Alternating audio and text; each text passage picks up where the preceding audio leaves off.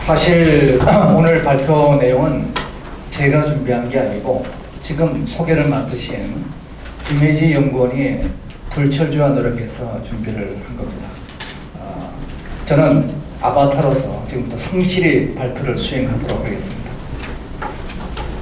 우선 한국과 미국은 달라도 너무 다르죠. 미국을 보면은 창업에 제일 많은 나이가 20대 초반, 그리고 34세 이전이 창업의 대부분입니다. 우리 한국의 현황은 어떤가? 우리 젊은 층들이 하고 싶은 건 공무원, 대기업, 공기업, 우리 중소기업과 벤처 저기 돼 있습니다. 미국 100대 기업의 70%는 창업기업이죠. 한국은 100대 기업의 70%가 대물림 기업들입니다. 자, 이게 도대체 왜 이럴까요? 이게 청년의 문제일까요? 제도의 문제일까요? 어느 쪽일까요? 둘 다. 네, 둘 다. 우리 송 과장님 어느 쪽 문제입니까? 저도 둘 다인 것 같아요. 제도의 문제요. 예, 제도의 문제. 한번 우리 심심하니까 손들어 봅시다. 제도의 문제다. 예, 좋습니다. 예, 청년의 문제다. 예, 청년 문제, 예, 제도 문제가 많네요. 한국 청년이 특별히 미국 청년보다 창업 정신이 모자란가? 우리 1차 한강의 기적을 이룩한 대한민국, 그럴 리가 없죠. 피터 드러퍼 교수는 세계 최고의 기업가 정신 국가가 대한민국이라고 했습니다. 창업을 왜 미국 MIT나 스탠퍼드 졸업생들은 자기 미래 직업의 1위로 꼽는가? 재미있으니까요. 창업은 게임만큼 재밌습니다. 왜? 게임은 죽어도 다시 할 수 있으니까 재밌습니다. 창업도 재밌어요. 단지 다시 할 수만 있습니다. 문제는 실패해서 다시 도전이 된다면 창업만큼 재밌는 게 없기 때문에 당연히 청년들은 창업으로 가게 돼 있습니다. 지금 대한민국에서 창업에 뜻을 두는 청년들이 지금 올라가서 6% 수준입니다. 그중 3분의 2는 자영업이지만.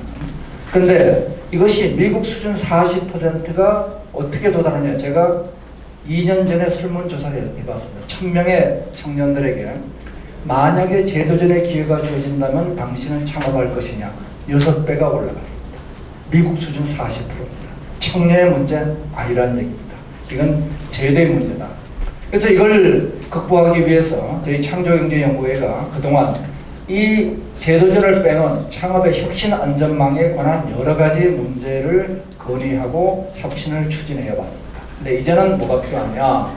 이 전체 우리가 사이클 중에서 죽음의 악마의 강, 죽음의 계곡, 다행의 바다를 넘어서 이 모두가 실패했을 때 제도전을 할 수 있는 제도전의 사막을 실패의 좋은 글씨에서 혁신의 훈장을 주는 이런 새로운 패러다임으로 전환을 해야 되겠다. 자, 이런 관점에서 저희들이 3가지 제도전 모델을 만들었습니다. 첫 번째가 개별 기업의 문제가 아니고 이거는 국가 전체의 선순환 생태계의 문제로 보자. 두 번째 문제는 확률의 문제가 아니고 기대값의 문제로 보자. 세 번째는 단일 기업으로 보지 말고 한 종류의 기업으로 보지 말고 우리가 기업을 투트랙으로 나눠서 정책을 추진해보자. 이 3가지를 말씀드리겠습니다. 자, 첫 번째는 선순환 생태계입니다. 우리가 정책의 목표는 선순환 생태계인데 이 선순환의 연결고리가 바로 뭐냐? 제도전이라는 거죠. 우리 창업에 대해서 제가 간단한 그림을 그려봤습니다. 창업에서 뭐 하느냐? 성공 아니면 실패하겠죠. 자, 성공을 했다. 그러면은 성공자는 연속기업가로서 창업의 씨를 확대 재생산해야 되겠죠. 한국의 수많은 엑셀러레이터를 만든 분들이 성공기업가로서 자기가 번 돈을 재투자하는 아주 좋은 일을 하고 있습니다. 지금 그중 한 분이 고생하고 있지만은. 자, 창업에서 다 성공해서 연속기업가가 아니라 일부는 글로벌화로 나가게 됩니다. 그래서 이쪽 패스는 굉장히 우리에게 달콤한 그림이죠. 그렇지만 전체 창업의 성공은 대략 20%, 실패는 80%입니다. 그러면 대다수를 차지하는 80%는 어떻게 될 거냐? 제도전을 해야죠. 근데 모두 제도전 할 거냐? 아니죠. 그중 일부 도덕적 해이가 있는 사람들은 퇴출을 시켜야 될 겁니다. 대략 요 퍼센티지가 실패 기업인의 5%라는 것이 유럽의 통계에 해당됩니다. 적어도 이 퇴출될 수 있는 기업이 많지 않음에도 불구하고 한국은 여기를 중심으로 모든 제도가 만들어져 있다는 게 우리의 본질적인 문제가 되고 있죠. 자, 그렇다면 우리는 뭐가 필요하냐? 이러한 과정이 계속 선순환되면 성공한 사람은 더 씨를 뿌리고 실패한 사람은 재도전하고 이러면 대한민국이 창업 생태계가 성장하게 돼 있죠. 자, 그러면 여기에 필요한 선순환 과정에 필요한 것들을 보면은 첫 번째가 창업 정책이 필요할 겁니다. 창업을 확산해야 됩니다. 지금 창조경제 3년 동안 이거 무지하게 우리 열심히 했습니다. 두 번째가 성공한 사람을 다시 선순환시켜줘야 됩니다. 이걸 위해서 우리가 팁스 제도라는 정말 좋은 제도를 만들어서 운영하고 있었죠. 지금 조금 제동이 걸려 있습니다. 그리고 우리가 글로벌화 정책을 위해서 금년에 글로벌 기업가 정책을 이끌고 나가고 있습니다. 그럼 뭐가 모자라냐? 제도적 기업가 정책에 우리가 실제적인 성과가 필요한 단계에 들어섰습니다. 이러면 전체적인 선순환 확대가 되는 창조경제의 진실한 모델이 완성이 되겠죠. 그렇다면 이러한 문제를 풀어나갈 때 우리는 어떻게 접근해야 될 거냐? 지금 보면은 생존율을 높이기 위해서 굉장히 노력합니다. 그래서 개별 기업의 성공 확률을 어떻게 올리냐 가지고 노력을 하지만 사실 우리가 필요한 것은 사업의 성공 확률이 아니죠. 우리는 공무원으로 가면 100% 실패 안 합니다. 100% 성공하죠. 그게 우리의 목표는 아니죠. 미국의 20% 성공하는 벤처기업인들을 만들어내는 게 국가의 미래를 결정합니다.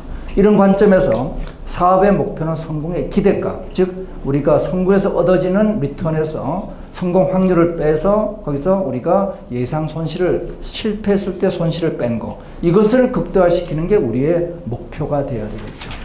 자, 이런 관점에서 우리가 놓고 보면은 이 시기에서 첫 번째 창업에서 우리가 얻어지는 성과, 그 다음에 제도전에서 얻어지는 두 번째 재창업에서 얻어지는 성과, 이것이 연속되면은 n번째 창업을 거쳐가지고 전부 다 합치면 이런 식이 나오게 되겠죠. 뭐 전혀 어려운 식이 아니니까 겁먹지 마시고. 예.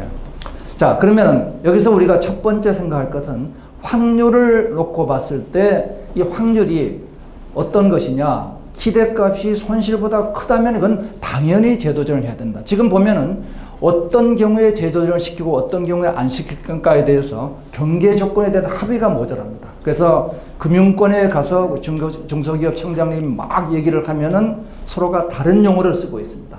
왜냐? 거기서는 모럴 해저드가 있는 기업인 얘기를 하고 있어요. 우리 중소기업청에서는 우리 정직한 기업인 얘기를 합니다. 서로가 다른 대상을 가지고 얘기하니까 얘기가 안 맞아들게 되죠. 그래서 경계 조건은 우리 명확히 하자. 두 번째는 뭐냐면은 우리가 무조건 창업, 대박 사업, 근데 이 대박 사업의 경우에 낮을 확률이라도 도전을 해야 되는데 우리는 대박 사업에 대한 낮을 확률을 인정을 잘 안 하죠. 세 번째는 만약에 손실이 적다면은 우리가 재창업을 금지해야 될 이유가 별로 없습니다. 이게 플러스가 되기만 하면 이게 제로라면은 당연히 재창업을 권해야 되겠죠. 그래서 가벼운 창업의 생태계 조성이 필요하다는 게 우리가 이런 기대값적 접근 방정식으로부터 내놓을 수가 있을 겁니다. 첫 번째가 재창업의 기대값이 그러면은 크다면은 어떻게 될 것이냐? 실제 하버드대 연구 보고서에 이렇게 나오죠. 첫 번째 창업의 성공 확률이 0.18, 18%. 그러면 실패한 사람이 재창업했을 때 성공 확률은 첫 번째 창업한 사람의 성공 확률보다 높다는 겁니다. 자, 그렇다면은 재창업 비용이 과다하지 않는 한은 재창업 지원하는 게 너무나 당연하고 왜 실리콘밸리의 투자자들은 실패한 기업인을 더 선호하는 게 명확하게 되는 거죠. 이래서 창업의 반복이란 것이 중요한 반면에 마지막으로는 이 실리콘밸리의 창업 비용을 놓고 보면은 2000년하고 2011년 사이에 인터넷 기업의 창업 비용이 500만 불에서 5천 불로 줄었습니다. 이것은 GRP 파트너스의 보고서죠. 자, 이렇게 줄어드니까 이제는 창업해서 손해볼 게 별로 없는 세상이 돼버렸죠. 이게 바로 가벼운 창업 생태계를 만들게 되고 이로부터 만들어진 개념이 린 스타트업, 가벼운 창업을 어떻게 할 것인가 하는 창업에 대한 생각이 만들어졌죠. 결국 우리가 창업에서 성공과 실패가 나눠지고 이 중에 다시 제도전과 퇴출로 나눠지는 이 일련의 제도를 통해서 우리가 만들어갈 것은 지속 가능한 성장을 확대 선순환하는 거죠. 자, 그렇다면 우리가 봐야 될 건 뭐냐? 지금까지 우리가 창업과 재창업에 대해서 개별 기업 차원에서 접근을 해왔습니다. 그런데 우리가 필요한 것은 이 전체적인 관점에서 최대 성장과 고용을 이끌어내는 창업 생태계 차원의 선순환 구조를 만드는 게 우리의 목표가 되어야 된다는 거죠. 세 번째, 투트랙 기업 정책인데 한국의 창업 현황을 보면 이렇습니다. 우리 창업 많고 또 폐업도 많아요. 우리는 신생률과 소멸률이 세계 최대 수준입니다. 실제로 5년 생존율은 제일 낮은 편이지만은, 그런데 이러한 우리가 전체적인 창업 생태계에서 창업도 많고 폐업도 많지만 그걸 다시 분석해 보면은 우리가 GEM 보고서라고 전 세계 보고서를 보면은 개발도상국, 중진국, 선진국을 비교해 봐도 한국은 유난히 청년 창업이 적고 장년 창업이 극도로 많은 나라죠. 이것은 뭐냐? 기회형 창업은 적고 생계형 창업이 지배적인 겁니다. 실제로 치킨집 편의점 대표자 연령 분포를 보면은 거의 대부분 장년 창업자로 구성되어 있죠. 제가 이거를 2014년도에 이런 방정식을 하나 세워가지고, 이건 무시하시고, 세워가지고, 실제 통계 수치, 실제 우리나라에 있는 통계 수치를 집어넣어가지고 분석을 해봤습니다. 혁신형 창업은 실제 생존율이 생계형 창업보다 거의 2배 가까이 높습니다. 그리고 이 혁신형 창업이 만드는 미래 가치는 170억으로 계산이 됐습니다. 요 수식으로 집어넣고 이걸 계산하고 수식을 만든 친구는 제가 한 게 아니고 카이스트 수학과 학생이었습니다. 아마 맞을 겁니다. 자, 근데 생계형 창업은 어떤가? 치킨집을 놓고 봤더니 미래 가치가 마이너스더라. 그러면은 우리 결론은 명확한 거죠. 혁신형은 느리고 생계형은 줄이면 된다는 게 우리의 방향입니다. 실제 작년도 상평경제연구소의 연구 결과도 우리가 2004년도에 했던 연구 결과하고 동일한 결론을 꺼내보내고 있습니다. 생존율은 2배고 고용은 3배더라. 그럼 우리 투트랙 창업 정책은 혁신형은 직접 투자를 하거나 간접 투자를 하는 크라우드 펀딩으로 가든 자영업 중심의 제도전 정책이 벤처 중심의 제도적 정책으로 가야 되겠다. 혁신력은 확대하고 생계형은 정의화하자. 줄이나가는 게 정의화하자. 이래서 우리가 전체적인 생태계 차원에서 접근을 해보기로 하자 하는 겁니다.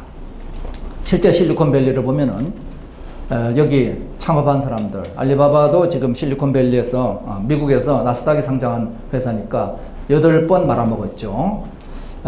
그 다음 우버 CEO 4번 말아먹으신 분, 요즘 대통령 되실지도 모르는 트럼프 역시 4번을 말아드셨습니다. 한국 같으면 도저히 나올 수가 없는 분들이죠. 자, 이런 분들이 지금 세계를 이끌고 가고 있습니다. 즉, 실패는 혁신으로 가는 과정이라는 거죠. 맥킨지 보고서 2014년 판이죠. 보고서에 한국에서는 실패의 대가가 너무 비싸다. 우리만 이런 얘기하는 게 아니죠. 파산으로부터 딛고 일어날 기회가 없다. 파산법과 파산에 관한 태도가 창업기업에게 안트러프너십 프렌들리하게 바뀌어야 되겠다. 이게 지금 전 세계를 비교해서 본 한국에 대한 얘기입니다. 근데 우리 재창업 현황은 또 어떠냐? 우리 카이스트의 김민수 교수님 조사가 이렇습니다.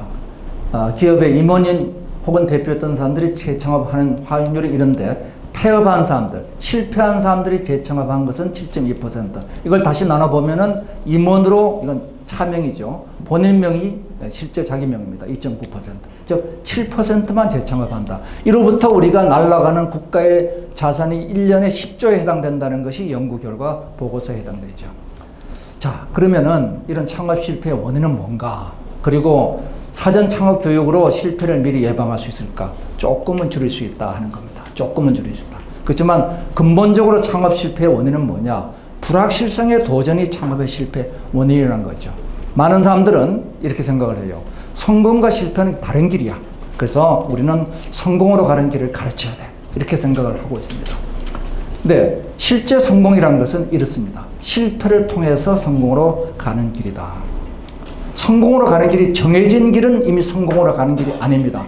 왜냐? 남들이 간 길은 이미 새로운 혁신의 요소가 적은 거죠. 그래서 항상 성공으로 가는 길은 실패를 통해서 간다. 자, 아까 잠깐 인용한 그 보고서에 또 하나 더 있죠. 성공 후 성공하는 확률은 30%, 실패 후 성공하는 확률이 20%. 그러니까 성공과 실패 기업인 사이에 약간의 차이는 있습니다. 약 10% 정도 차이는 있습니다. 그렇지만 한 번 실패를 했더니 이 사람들이 좋아지더라고요. 1차 성공에 처음부터 성공하는 사람보다 더 성공 확률이 높아지더라. 실패는 혁신의 본질이고 실패 학습 제도전의 선순환이 중요한 것이다. 이 선순환 과정을 정해놓고 답이 있다고 가르치지 말라는 겁니다. 선순환 과정을 가게끔 만드는 게 중요하다는 거죠. 이래서 하타무라 교수가 이제 실패학이라는 것을 만들었죠. Failure of Study에서 많은 얘기를 하고 있습니다. 실패는 계속 배우면 성공한다. 그래서 실리콘밸리에서는 매년 10월 달에 Fail 컨테스트가 열리고 있고, 이건 실패 박물관이 지금 만들어지고 있죠. 그리고 자, 그렇다면 우리 국내외에서는 현재 이런 중요한 제도적 문제를 어떻게 다루고 있는가를 한번 살펴보도록 하겠습니다. 우선 우리 정부가 하나 확실한 것은 제도적 성장과라는 과가 중소기업청이 만들어졌고, 그것만 해도 큰 변화입니다.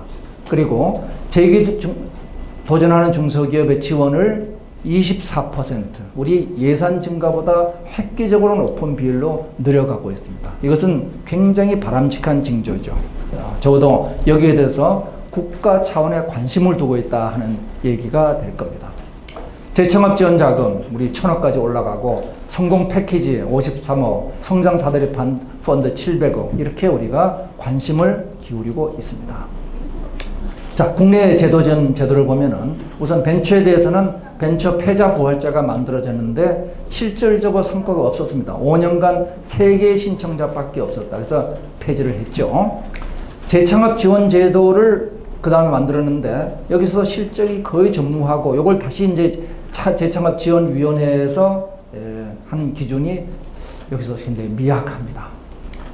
우리는 많은 제도를 갖고 있죠. 제도전 지원센터, 자산거래중개센터, 파산법원, 자산관리공사, 이렇게 많은 지원이 있고, 각각이 하고 있는 일들이 건강진단도 하고, 회생지원도 하고, 컨설팅도 하고, 자금지원도 합니다. 노력을 하고 있다는 건 굉장히 좋은 일이죠. 네. 그리고 이 제도전 제도의 구체적인 일이 오늘 여기 한상화 회장님하고 나와 계십니다만은 제도전 힐링 캠프, 그 다음에 패키지형 제도전 사업 K글로벌 제도전의 날, 우리도 이런 많은 캠프와 행사들을 하고 있습니다. 금년도 중소기업청의 제도전 정책을 보면은 연대보증과 창업자 연대보증 면제를 확대하고, 그 다음에 회생 퇴출에 관한 컨설팅 건강관리 제도를 시행하고, 캠프를 더욱 강화하고, 상당히 효과적인 제도라고 되어 있죠. 그리고 지원 자금을 지원하고, 펀드를 만들고, 그리고 사회적 환경을 구축하고, 이런 일련의 일들을 현재 중소기업청이 금년도에 제도전 정책으로 이끌고 있습니다. 자, 그러면은 한국에서 하고 있는 일들이 굉장히 많습니다. 외국은 안 하고 있느냐? 외국도 하고 있죠. 예, 여기 EU의 일, 또 미국, 또 일본, 프랑스, 그리고 여기 독일, 또 이스라엘, 많은 제도들이 있습니다. 가장 중요한 건 뭘까? 가장 중요한 거는 법의 정신이라고 봅니다. EU는 2000년도에 리스본 아젠다 기업가 정신을 활성화시키자, 2006년도 기업가 정신 교육을 의무화시키자는 오슬로 아젠다의 정신을 살려서 2012년도에 중소기업 법을, EU의 중소기업 법을 개정하면서 제1원칙은 기업가 정신을 강화하라, 제2원칙은 파산에 직면한 정직한 기업인들이 신속히 제도전의 기회를 얻을 수 있게 보장하라. 이것이 유럽 중소기업법의 제2조에 해당되고 있습니다. 즉, 이들은 정직한 제도전이 기업과 일자리에 도움이 되고, 실제로 이걸 해봤더니 채택한 국가의 도산율이 그렇지 않은 국가보다 3배가 좋더라 하는 겁니다. 분명히 효과를 갖고 있다. 자, 이런 것들을 우리가 정신을 다시 보면은 저는 전체 패러다임이 제일 중요하다고 보는데, 유럽의 경우 말씀드린 것처럼 이런 관점을 왜 만들었느냐? 개별 기업 관점이 아니고 기업 생태계 관점에서 실패와 제도전을 다룬다는 거죠.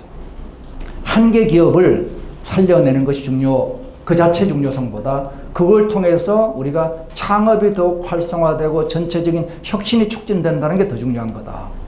미국의 경우는 기업의 실패를 기업가의 실패라기보다 투자자의 실패로 동시에 같이 보고 있습니다. 이건 금융의 문제하고 같이 따라가는 거죠. 그러니까 시장 메커니즘에 적용될 수 있도록 한다.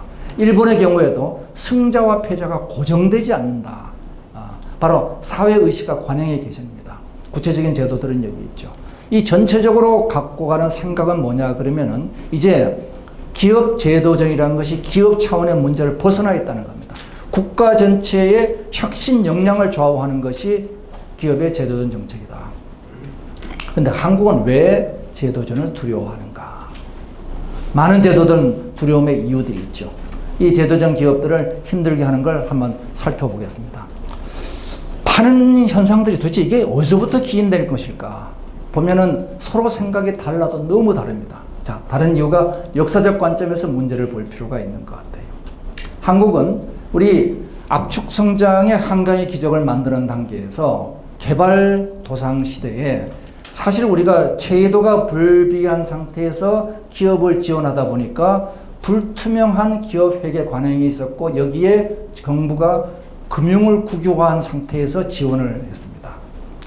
많은 경우에 이로부터 돈이 빠져나갔죠. 자, 이렇게 되니까 돈이 기업에 지원했는데 기업가한테 가네? 기업은 망해도 기업가는 자산에 안 돼. 이래서 무한책임 지식회사라는 개념을 한국에 만들었습니다.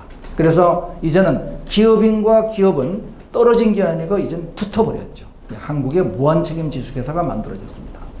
이렇게 되니까 그로부터 탈출하기 위해서 기업가들은 그래 그럼 나 말고 딴 사람을 바지 사장으로 앉혀야 되겠어. 이래서 바지 사장을 앉힙니다. 이러니까 이제 또 금융계에서는 바지 사장을 앉혔어? 그러면은 안 되지. 그래서 국세청에서도 바지 사장이 아니고 진짜는 과점주주야. 그래서 과점주주에 과세를 하기 시작합니다. 그랬더니 이제는 어떻게 되냐면은 우리 성공한 기업인들이 미국은 저커버그니 빌 게이츠니 많은 사람이 나와서 다른 청년들의 롤모델이 되고 있는데 한국은 네이버와 카카오를 만든 사람들 저 뒤에 숨어버리고 안 나옵니다. 네. 그리고 실질적인 CEO 역할을 안 해요. 법적으로는. 스타 기업가들이 안 나타납니다. 이러니까 이 창업 생태계를 만드는 롤모델이 사라지고 있죠. 이 문제를 다시 보면은 우리 꼬인 실타래의 역사적 배경은 1차 한강의 기적에서 국가 역량을 집중해서 줬는데 석유 파동으로 기업 위기에 닥치니까 72년도에 83 조치란 걸 하죠. 이건 정말 초헌법적인 정책입니다. 기업의 사적 금융을 전부 다 동결시켜버리죠. 사채를 동결시켜버립니다. 그러면서 대기업 집단 1호부터 시작해서 채무로부터 자유로워지면서 엄청난 발전을 하게 되는데 여기서 모랄 해저드가 발생합니다. 대만은 불사하고 무조건 기업은 키우고 불투명한 기업을 운영하면서 또 여기서 정경유착을 해나가죠. 자, 이래서 기업 도산 이후에도 기업가는 부를 향유합니다. 그래서 기업은 망했는데 기업가는 자사니까 사회적 공분이 형성되죠. 이 공분이 형성되니까 여기서 무한책임 한국형 주식회사가 만들어져서 대표이사는 무조건 기업에서 모자라는 건 대표이사 나쁜 놈이 가져간 거야. 이래서 자본시장의 원리, 이 우리가 자본주의가 발달하는 과정에서 유한책임 지속회사가 만들어지면서 법인과 개인, 자연인을 구별하는 것이 어마어마한 자본주의 시장 경제 발달에 기여했는데 그걸 완전히 우리가 뒤로 돌린 무한책임 주식회사를 만들어내죠. 그러면서 기업가에 대한 부정적 인식이 우리 한강 기적의 어두운 화석이고 우리는 심지어 어떻게 되어 있느냐. 그래서 모든 기업에서 벌어지는 나쁜 일은 다 대표이사가 한 거야. 기업의 재무조사를 했는데 재고조사에서 장부하고 안 맞으면 그 남는 만큼 모자라는 만큼은 대표이사가 가져간 거야. 대표이사한테 상해를 때립니다. 이거 그대로 적용하면 이거 횡령죄예요. 횡령죄. 예. 근데 횡령은 안 때리고 그냥 대표이사 상해를 때립니다. 이게 법적으로 맞지가 않는 일입니다. 그러면 남으면 보너스를 주는 안 주죠. 이래서 배임죄라는 것도 마찬가지입니다. 히틀러가 배임죄를 만들듯이 우리의 배임죄는 기업가에 대한 어두운 인식을 대표하고 있습니다. 그런데 YS 정부 들면서 금융실명제를 하게 되고 그 다음에 DJ 정부가 되면서 회계 투명화로 들어서게 됩니다. 이제는 기업 경영은 과거에 비해서 투명화되어 있고 우리가 OECD 레벨을 놓고 봐서도 기업 경영 투명성은 크게 떨어지지 않은 데 비해서 기업 규제는 과거 불투명 규제를 그대로 다 가져가고 있죠. 이것이 바로 무한책임 주식회사라는 왜곡된 제도가 모든 면에서 한국을 뒤틀고 있는 근본적인 문제가 되고 있는 거죠. 이래서 현재는 어떻게 하고 있느냐? 그 왜곡된 제도에서 할 수 없이 하고 있는 게 선별적 지원을 하고 있고 즉 현비적 지원을 하다 보니까 돈이 모자라니까 자영업 중심으로 가 있는 제도입니다. 그리고 제안에 대해서도 회생 제도를 하더라도 우리는 신용 회복이 안 되는 구조로 되어 있습니다. 낮고 짧은 지원의 폭이죠. 근본적으로 이것은 근본적으로 금융과 산업은 역사적으로 계속 갈등해 왔습니다. 이 갈등 과정을 계속해서 갈등해 갈 텐데 그 갈등의 핵심이 뭐냐면 비용 편익 분석입니다. 우리가 어떠한 균형점에서 금융과 산업이 서로가 합의해 나갈 것이냐. 지금 우리가 산업정책과 금융정책이 완전히 우리는 따로 가고 있습니다. 이 따로 가고 있는 것들이 우리의 제대로 된 제도적 정책을 가로막고 있는 거죠. 과거에는 이랬던 겁니다. 과거에는 기업이 강했습니다. 그리고 박정희 대통령 때는 금융기관을 아주 과감하게 국유화시켜버렸죠. 실제로 금융기관을 국유화시켰습니다. 그래서 금융기관은 권력의 신여로서 국가의 발전을 위해서 기업을 지원하라. 그래서 금융기관은 불투명한 기업 때문에 손해를 보게 되는데 이젠 금융기관은 민영화되고 기업은 투명화됐는데 옛날의 제도는 남아있다 보니까 금융기관의 모랄 해저드가 발생하고 있습니다. 그래서 무한 책임의 과한 부담이 만들어지죠. 근본적으로 슈페터가 한 얘기죠. 자본주의는 혁신에 의해서 이루어지고 모든 혁신 기업 특가는 채무가가 자가 된다. 원칙적으로 그렇습니다. 그리고 이 채권가와 채무자 사이에 화폐를 둘러싼 투쟁에 대한 권력 관계가 계속 변화하고 있다. 이것이 막스 베버의 얘기죠. 우리는 역사적 산물이 뭐냐면은 비정상 무한책임 주식회사입니다. 이게 전 세계 유례없는 무한책임 주식회사예요. 이것을 정상으로 돌리는 것은 전 세계 주식회사는 기본적으로 유한책임 주식회사입니다. 예. 자연인과 법인을 분리하는 게 원칙인 거죠. 예. 일로 돌아가자는 겁니다. 예. 자, 그래서 이제 우리는 확률 게임의 룰 보면은 미국은 기업의 실패는 투자자 탓이다. 유럽은 정직한 실패자를 지원하자. 일본은 승자와 패자를 고정하지 않는다. 한국은 어떠냐? 우리 헌법재판소 판결문 그대로입니다. 기업은 보호할 가치가 있으나 기업가는 그러하지 않는다. 이런 나라에서 혁신이 이루어진다는 건 정말 어려운 일이 될 수밖에 없는 거죠. 자, 연대보증제도는 기업가는 죽어도 기업가는 산다는 과거의 불투명 때문에 지금은 어떻게 되느냐? 기업은 살아도 기업가는 죽습니다. 이것이 현재 우리 대한민국의 제도입니다. 해외연대보증제도 제가 설명하겠습니다. 과점주지 이천 앞서는 점점 더 나빠지고 있죠. 예, 이제 점점 규제를 피하기 위해서 또 규제를 만들어냅니다. 그래서 이 조세회피 방지를 위해서 과점주지 2차 납세 업무를 모든 법인으로 재작년에 확대하게 됐죠. 사실 이건 뭐냐 그러면은 기업의 무한책임 회사를 의무를 더욱더 확대하고 있는 겁니다. 이것이 기업 자체의 투명법인 문제도 마찬가지예요. 공익법인의 운영을 강화할 문제를 가지고 우리는 공익법인에 대한 출자 자체를 막고 있죠. 이런 것들이 전부 다 기본적인 비정상을 정상화시키지 않고 있는 겁니다. 이 부족분을 과점주로 납부한다. 기업 혁신을 맡고 있는 배임죄도 마찬가지입니다. 이 배임죄, 횡령은 기업의 돈을 자기 주머니에 집어넣은 겁니다. 이건 당연히 형사상 처벌을 해야 됩니다. 배임은 회사에 손해를 끼치면 배임이에요. 근데 손해를 끼친 배임에 대해서 우리는 어떻게 되느냐? 자, 내가 이 일을 해가지고 손해를 끼칠지 안 끼칠지 안 해보면 모릅니다. 이러니까 대부분 기업이 우리 벤처기업 대부분 마찬가지입니다. 혁신적인 경영을 도피하게 됩니다. 한국의 왜 기업의 혁신성이 떨어지느냐? 배임이 커다란 문제를 차지하죠. 50억원 넘으면 살인죄 수준입니다. 그리고 무죄 선고율이 지금 11%를 넘고 있습니다. 해외 배임죄는 기본적으로 이거는 독일에서 원래 중세에 있던 법을 히틀러가 기업을 옥죄기 위해서 만든 제도, 히틀러가 만든 제도입니다. 배임죄라는 게. 그래가지고 지금 배임죄가 곧 옛날에 히틀러가 만든 형태로 운영되고 있는 나라는 독일입니다. 전 세계 우리밖에 없습니다. 전부 다가 뭐냐면 경영 판단의 확고한 원칙 하에서 제한적으로, 매우 제한적으로 하고 있다. 이건 대부분 민사로 가고 있어요. 민사로.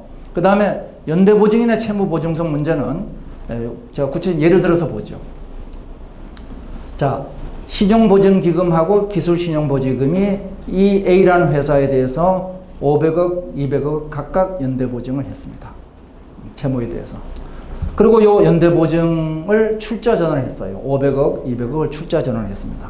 그리고 얼마에 그 주식을 팔았느냐? 출자 전환한 주식을 1,500억에 팔고 500억에 매각했습니다. 자, 그럼 퀴즈를 내겠습니다. 연대보증인의 채무는 얼마일까요?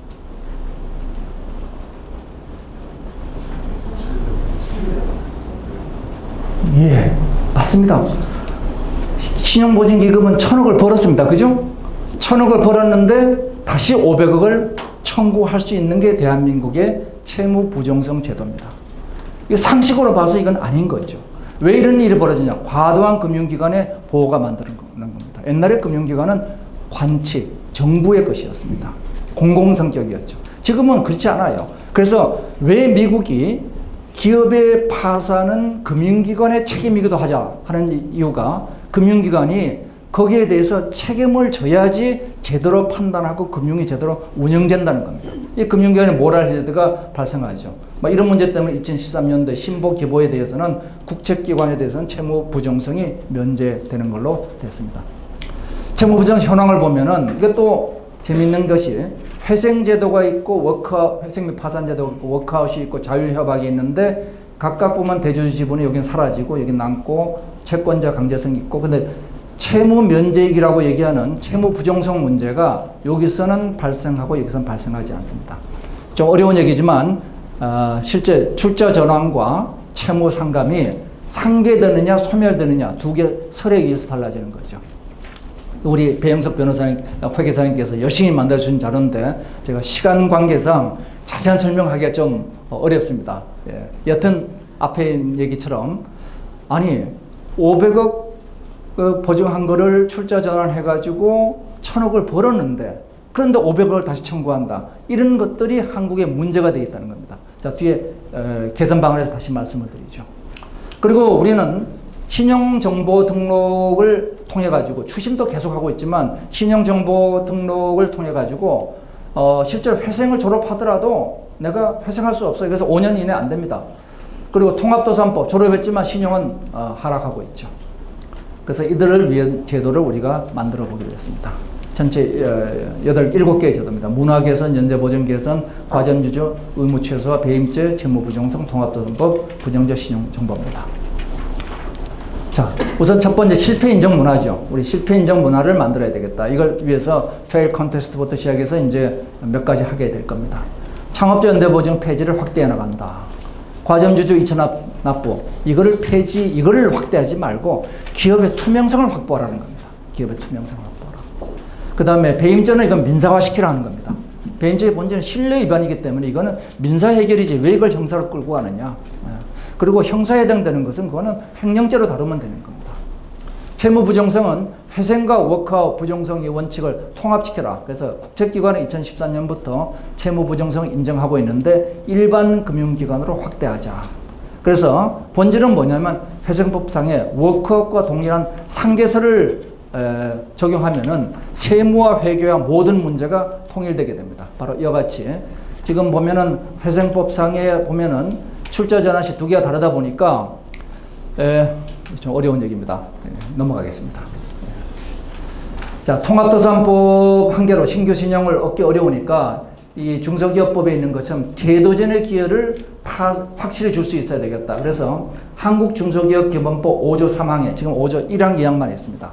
1항 2항만 있는데 3항에 정직한 기업인들이 신속히 제도전의 기여를 얻을 수 있게 보장하며 신용 제공에 있어서 신용생 기업과 차등을 두지 않는다. 이 신생기업과 차등을 두지 않는다는 건 미국의 챕터 11, 파산법 챕터 11에 있는 내용입니다. 그래서 이후의 중소기업법과 미국의 파산법의 내용을 합쳐서 이 조항을 중소기업기본법 5조 3항에 반영하라는 겁니다.